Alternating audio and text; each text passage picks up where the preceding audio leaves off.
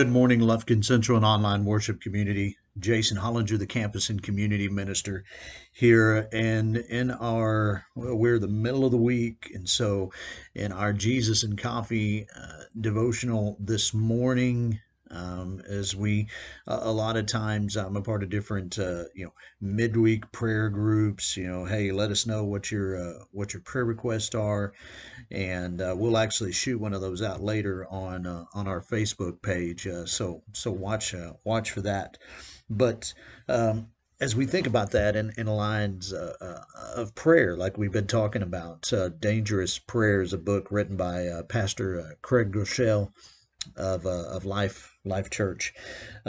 He has we've been using the the Bible reading plan, the devotional plan that is available on YouVersion, called Dangerous Prayers. But I love this question that he asks for today.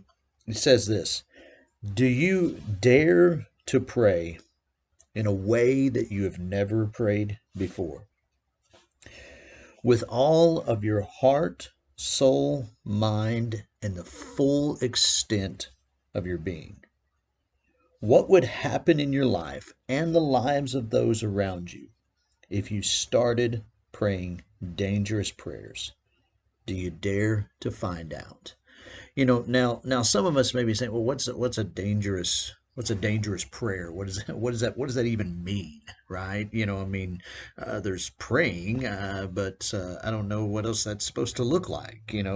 How is that supposed to act around, with people? So for kind of a context with this, says King Saul falsely accused David of treason and sent his full forces after David in repeated attempts to take his life. With all his heart, David wanted to please God. He fought against anger in order to protect and show honor to the king. Yet, knowing that his motives weren't always perfect, David surrendered his heart before God and prayed one of the most vulnerable, transparent, and dangerous prayers you'll ever hear. Wanting to honor God in every aspect of his being. Remember, Saul is out to get him, trying to end his life. This is what David prays. This is from Psalm 139, verses 23 and 24. Search me, God, and know my heart. Test me and know my anxious thoughts. See if there is any offensive way in me, and lead me in the way everlasting. Not only is this a difficult prayer to pray, but it's even more challenging to apply and live out. Because first off, Saul is after David, and so David's thinking, what have I done? What did I do to deserve this? So search me, God. And notice he doesn't say, see if there's any offensive way between Saul and I. That's not what he says. He says, see if there's any offensive way in me.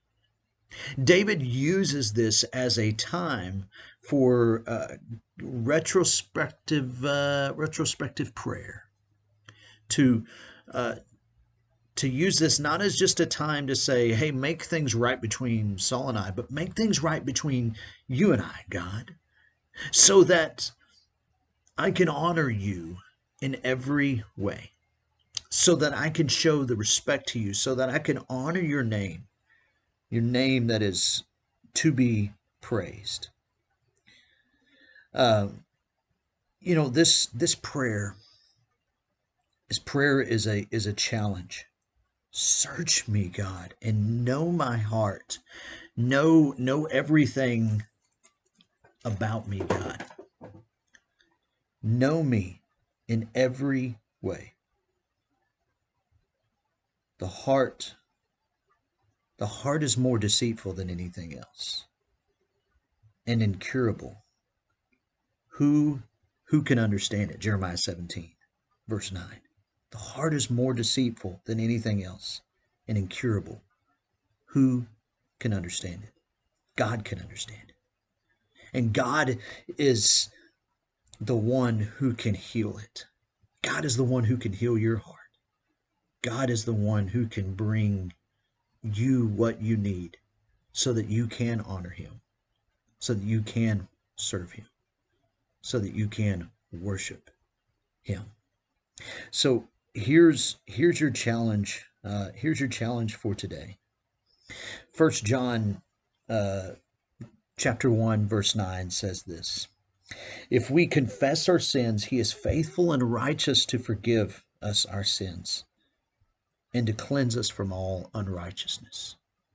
My challenge to you today is to pray a dangerous prayer that causes you to look at your heart, to look at your mind, and not just so that you can be right before somebody else, and not just so that you can things can go well between you and an adversary or somebody that is just constantly out to get you. My challenge to you is to pray a prayer so that you can be right before God, and that you can honor him, and that you can worship him, and that then when others see you, they glorify God in heaven. If we confess our sins, he is faithful and righteous to forgive us our sins and cleanse us from all unrighteousness. I can't wait to hear and see how it goes. I'll see who that is on the line here in a little bit. But you know what? Through it all, pray that you have a blessed day. God bless.